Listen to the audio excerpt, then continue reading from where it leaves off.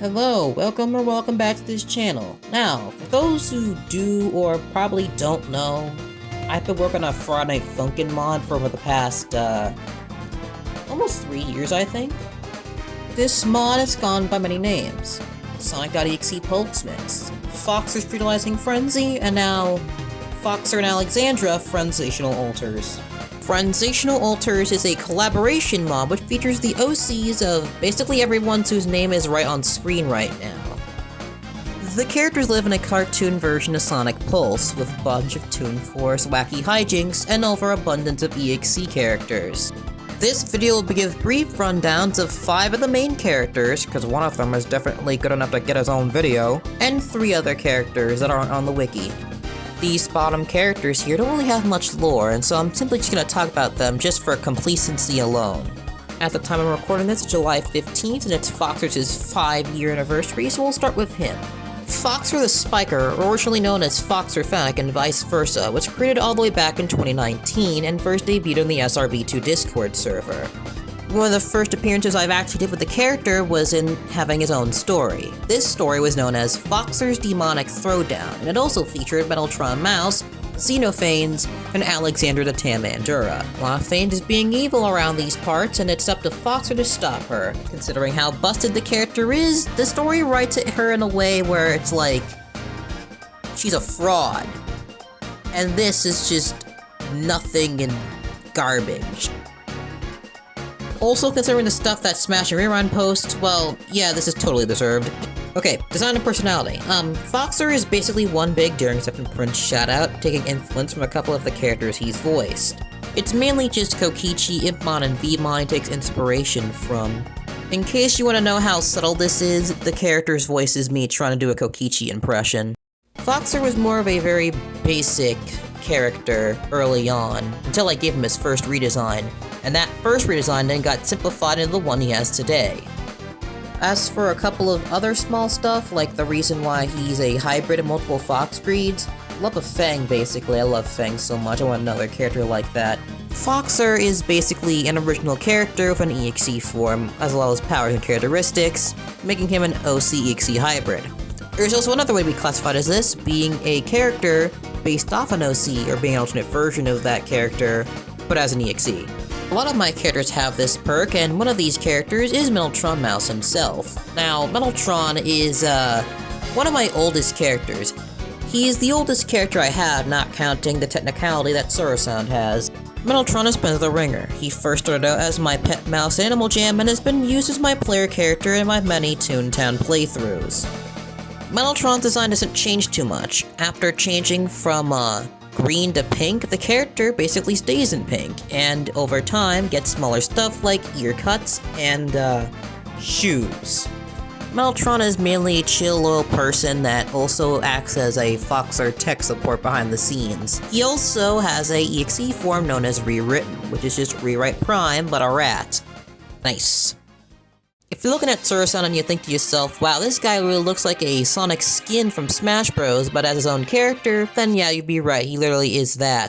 Surasound functions as the voice of reason between him, Foxer, and AlexAndra. He is a very chill person, but can also be very blunt and rude if teased and disrespected.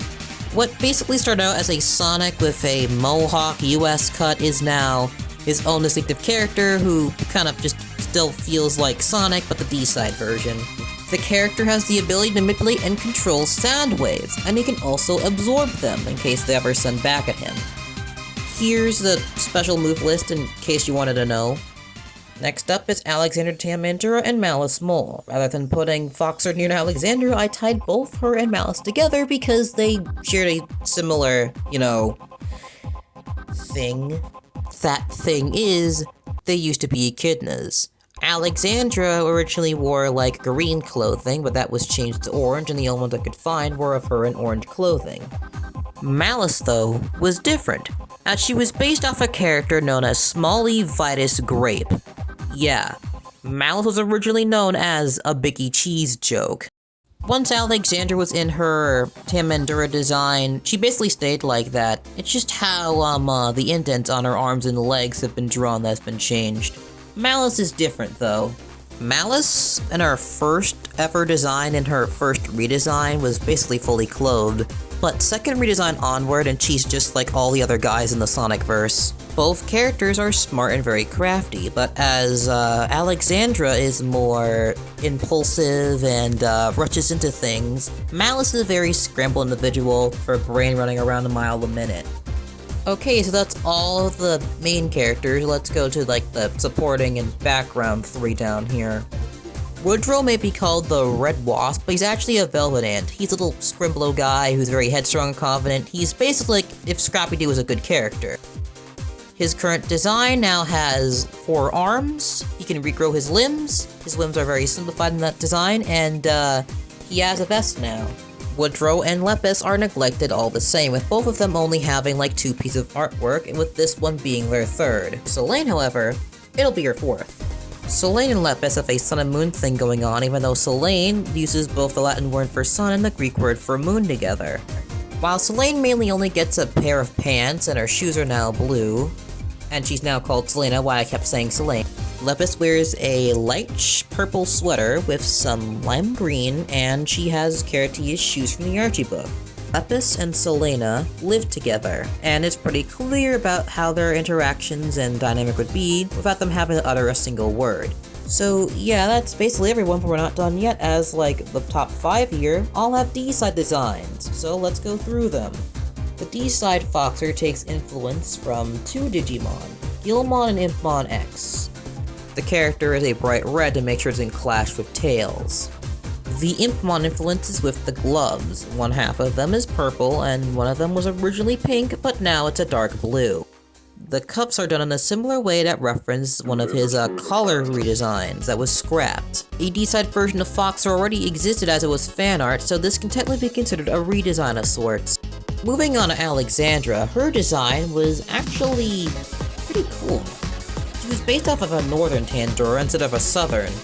Her hair is now elongated, she has tips on like Foxer has, both on that hair and on her ears, and, well, her shoes are built like the ones from Resurgence.